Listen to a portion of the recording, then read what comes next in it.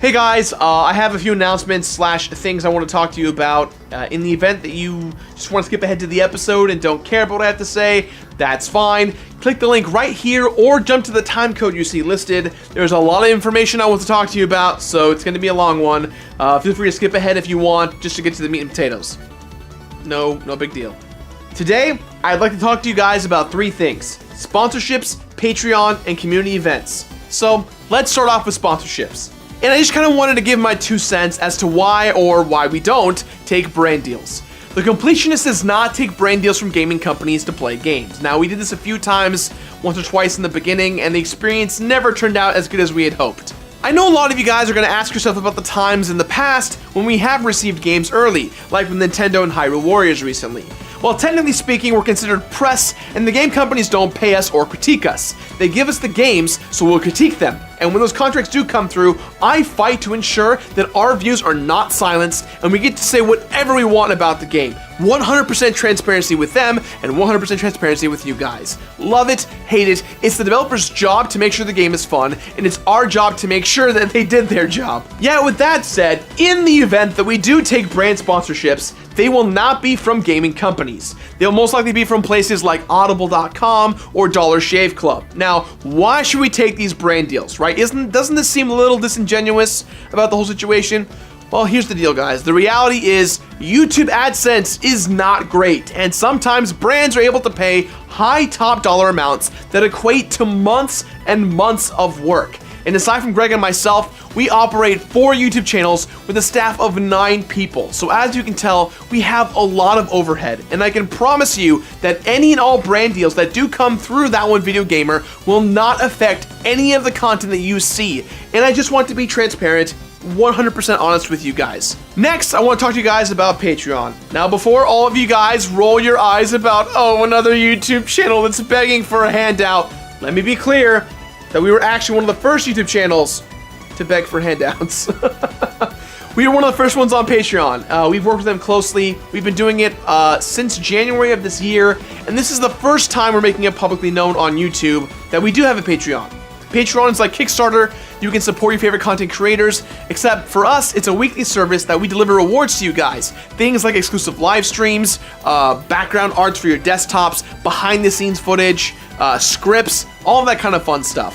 This Patreon we created covers all of our channels that we produce, so that means The Completionist and That One Video Gamer, The National Dex, which is a Pokemon channel that I co-produce, Super Beer Bros, which is our informative Let's Play channel, and our newest channel to the That One Video Gamer family, Super Scope Show, which is a fake video game news show that takes place in the world of the games they talk about. So, we have a lot of people asking us how they can help, and Patreon is the best way to do so.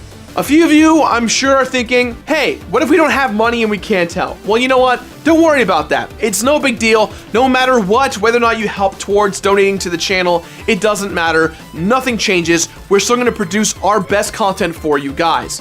But there is one thing I do want to talk about in regards to the community, and that's embracing the Team Beardman That One Video Gamer community as strong as we can.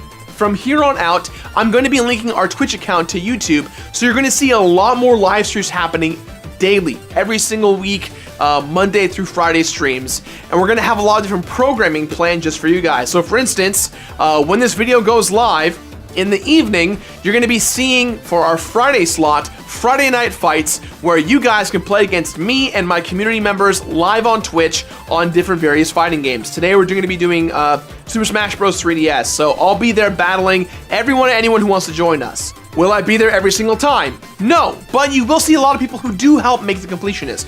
Greg, Alex, and you're going to see a lot more of the behind-the-scenes people like our office manager, Michael Santel, and Mark Carr, who is now the editor of The Completionist. Everyone say hi to Mark Carr. Little clap. He did the Mario Galaxy episode last week, and he was great. I'm very happy to see where the show's going. I hope to see all of you guys in our attempt to foster a positive community despite the dark cloud that's currently surrounding the gaming sphere. You guys all know the headlines, you know there's a lot of controversy going on, and I think that now more than ever, we do need to make a positive effort towards the one thing we all love and care about, and that's video games. So that's a lot of stuff, guys, and I know this is going on for way too long, but thank you for supporting us. Thank you for taking the time to listen to me. I do not do these types of announcements often, so I wanted to make sure that we shared it and got it to you guys sooner rather than later. So with that said, this week's review. Let's start it up. This is just hand movement. I don't know what else to say. Thank you. Seriously, thank you. Yes!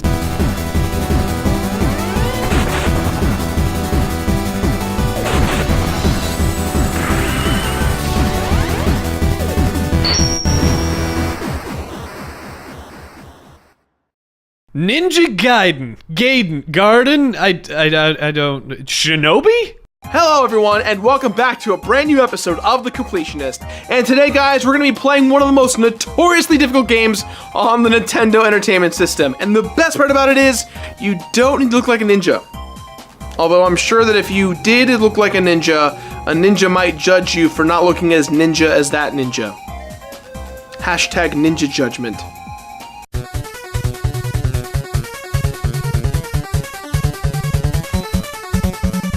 Ninja Gaiden was one of those games that my friends always said to me, "You're not really a completionist until you beat Ninja Gaiden." Well, here I am, friends. It's time to nut up or shut up. But Batman, I'm confused. Why is the main character's name Ryu? Isn't that the main character of Street Fighter? Is this the same one from Dead or Alive? The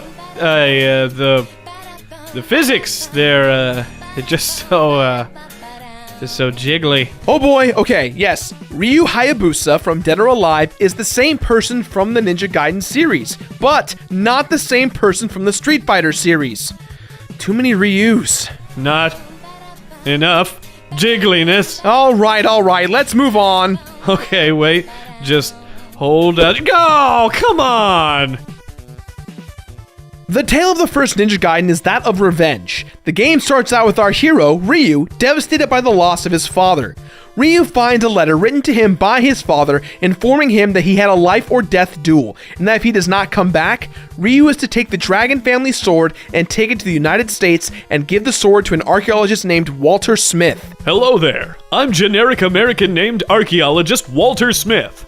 Wait a second, are you the fighter from the streets? The aptly named Street Fighter? Playing through the first level, a woman has been following Ryu and shoots him with an anesthetic.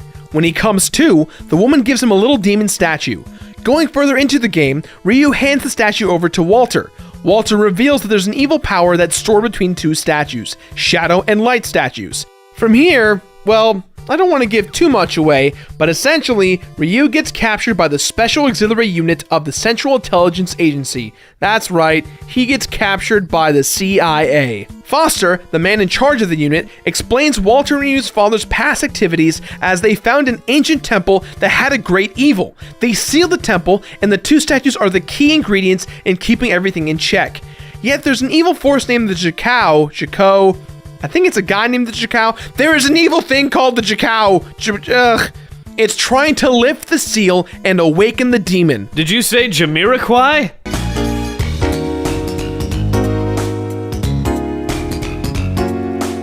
So Ryu, our ninja warrior, must go to the temple and stop Jamiroquai from awakening the demon on behalf of the CIA. So the CIA just went ahead and casted out Ryu as a wasteable resource? Yeah, that sounds like them all right. Those old CIA dogs. What's fascinating about this plot is that on the surface level, it looks like the plot of the game gets somewhat lost in Ryu's initial quest for revenge, but you'll have to wait to the final level section of this review to find out what really happens. Good on you for keeping the spoilers till the end, Gerard. Spoil this for me, though. Is that the Ryu from Street Fighter? I already told you it's not from Street Fighter! A lot of the visual presentation of Ninja Gaiden reflects influences from other NES titles. But then again, a lot of games of the NES era did that, and it's not necessarily a bad thing. It's like saying you're mad that a film has a protagonist and an antagonist. It's to be expected. Unless it's an M. Night Shyamalan film after The Sixth Sense, then there's nothing in there. Hey, I liked Signs. Really? The most impressive feat of Ninja Gaiden for its time are the long cutscenes that focus on the story. Most games back in the day had a lot of limitations on how they would convey their story. Tecmo deemed this Tecmo Theater, which featured lengthy cutscenes between each act. These cinematic scenes helped put Ninja Gaiden on the map as one of the best storytelling NES games of all time. Needs a little clarification on which Ryu this is, though. The visual style and gameplay definitely look like they were modeled off the original Castlevania, except the viewpoint feels slightly zoomed out. We've got a bigger scope of viewing range, and I think it's because Ryu is a platforming ninja. See, Simon Belmont, while he can jump, can't really escalate as high or as quick as Ryu can. It feels like the camera has been brought back just a little bit so you can avoid enemies a little better. Minimally better. Minimally better. You also have the same issue of enemy and level clipping, but I think that just stems from the technology of the past. The soundtrack of Ninja Gaiden has got to be one of the best ever created on the Nintendo. Everything is incredibly layered and well placed, with moments of early techno. Ninja Gaiden's soundtrack is responsible for techno? Tecmo Techno!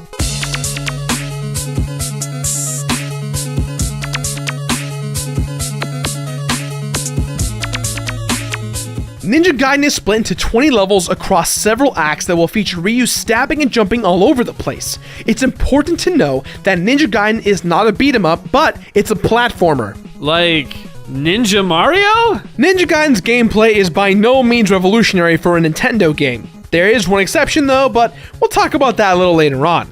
Similarly to Castlevania, you've got a life bar, lives, a timer, and even a number bar that represents your energy that gets used when you find different power-ups hiding amongst the different lamp-based objects. This sounds entirely like Castlevania. A few of these power-ups look the same. Well, not quite. I don't know, they're different enough, but they're also pretty similar. Kinda like those Ryus. I mean, I can't really argue that. It is very similar to Castlevania, and it was intentionally designed this way. But where the game excels over Castlevania is the fact that you are a ninja. Your ninja skills become an elevating experience, as you'll need to platform to glory. Ryu can jump with a nice spin animation, but the height of the jump is low and on purpose. The reason being is that you can use walls and platforms to latch onto and jump from one side to another in order to get to where you need to be. You said earlier that the game was similar to Castlevania, but with one exception. What's the exception? Well, Castlevania is hard, right? Except when you compare it to Ninja Gaiden is notoriously more difficult. The enemy placement is pretty chaotic, and getting hurt at the most inopportune moment will cause immediate death.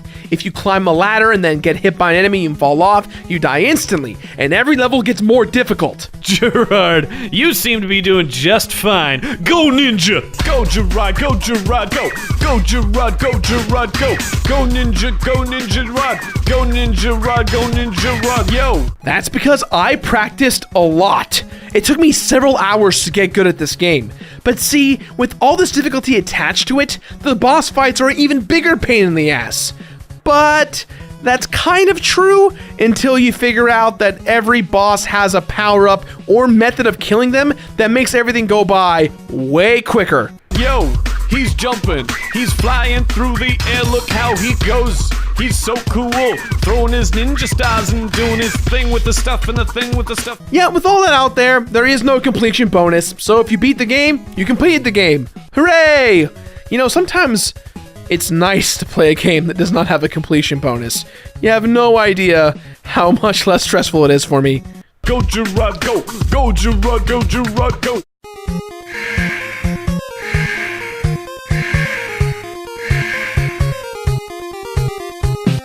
While you're making your final steps towards the end of the game, we discover a bit more about the plot involving Ryu's father, Ken. Wait, Ryu's father's name is Ken, and it's got nothing to do with Street Fighter? Technically, Street Fighter 2 came afterward. So you're saying there's a chance? Upon entering the temple, Ryu finds the Jamiroquai, holding the woman who tranquilized Ryu earlier hostage and offers her life in exchange for the statue. Ryu is then trapped and sent into the depths of the temple. Fighting his way back to the top, we must battle Bloody Malith, the man that dueled Ryu's father and won. Upon his defeat, we find out that Ken is actually still alive, and he's been possessed by an evil being. Hello, Ryu. Wait, are you the same Ryu from Street Fighter? We get to the center of the temple, and the evil demonic being wants to fight. This is the beginning of many fights, but they all push the plot forward. Upon freeing Ryu's father, the Jamiroquai attempts to kill Ryu, but his father jumps in the way of the blast to take the hit. Fueled by rage, we must defeat the Jamiroquai, and if you're good at the game, you will. However, during the eclipse that occurs, the statues then release the demon that was sealed by them all those years ago, and it's now time to kill that demon. So you really aren't a Street Fighter guy? The defeat of the demon leads to the temple collapsing. Ken, with his dying breath, tells Ryu to leave him there in the temple and to go get the girl, the statues, and himself out of there before it's too late. As Ryu and the women escape, Foster calls the woman and tells her to kill Ryu and take the statues. But for some reason, she chooses to be with Ryu romantically. The two of them kiss, and the woman reveals her name finally. This feels like the ending of a ninja film in the 1980s. Yeah, no kidding. Go ninja rod, go ninja rod. Yeah, chick. What? Yeah.